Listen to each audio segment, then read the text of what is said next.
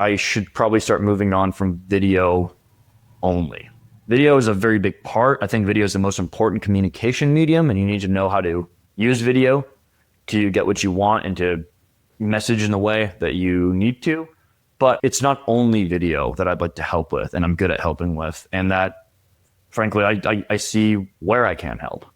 You've really planted your flag in video as the thing. So I'm curious about that transition. So I agree, video's a tool, right? It's the hammer. It's like there's your approach. So what do you mean by like there's other ways, or like what are other ways that you're exploring right now?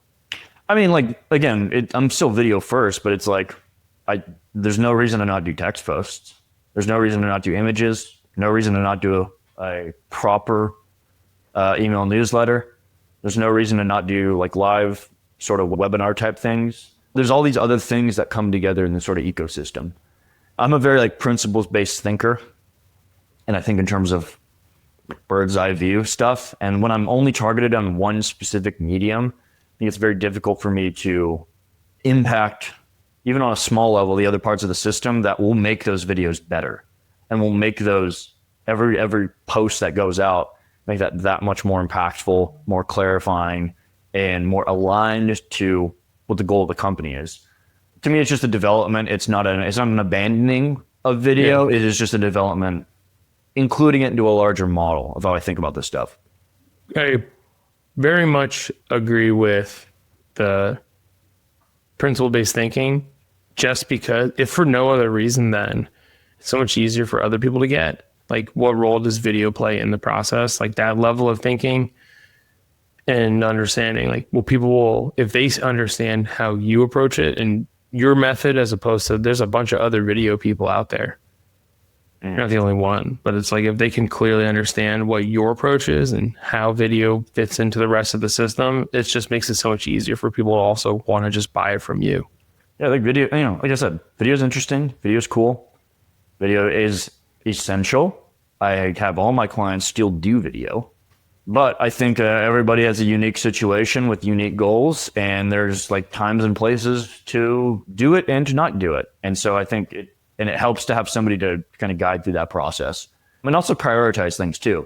Because some people are like, I got to get on YouTube. I want to do this. It's like, okay, have you ever made a video before? And they're like, well, no. It's like, okay, let's start with like making some phone videos for LinkedIn before we do this whole channel thing, right? Because so many dead YouTube channels out there for people who they want to do YouTube and they go on there and they're like, damn, this is a lot more work and ideation than I thought it would be. I'm going to kind of let it drop. And I don't want to lead people down a path that is where they're going to feel like they're just going to drop off of something, so. Anyone in our position, like, the strategy is only as good as your ability to execute on it. And success comes from the execution. So if people don't see it through, I mean, that's your reputation and that's your program, right? Yeah. And sustainability, like, long-term is certainly a metric or just like a lens to look at this through. Can people see this through, like, at some point without me, or does this work actually make a difference for people? Can they execute on it? Like, I've worked with so many consultants that have a lot of excuses as to why the work didn't get executed on.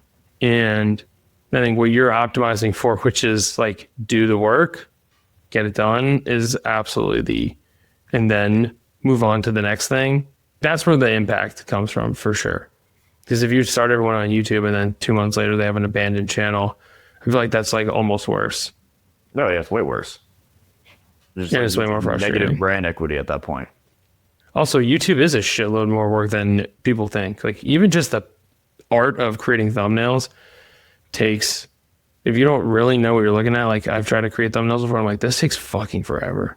Yeah, and you feel like an idiot when you first do it, because you're doing thumbnails for videos can get like 20 views, so let's not even go, like, again, the cool thing about what I'm doing too is that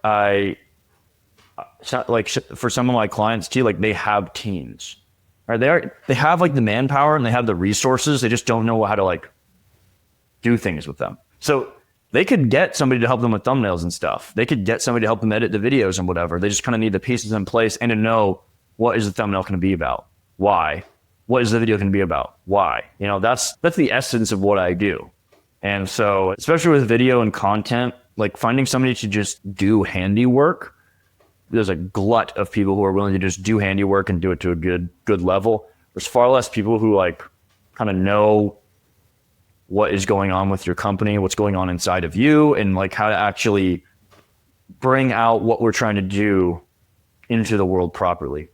Yeah, there's certainly no shortage of tactical execution help in the world. It's like having someone that can put the puzzle together and also know what good looks like or know what effective looks like. I'm sure you've run into this where like the CEO or whatever person in the company is like, we want the thumbnail to look like this or say this. And you're like, that opinion doesn't change the fact that this is what it needs to look like, or this is what it should say.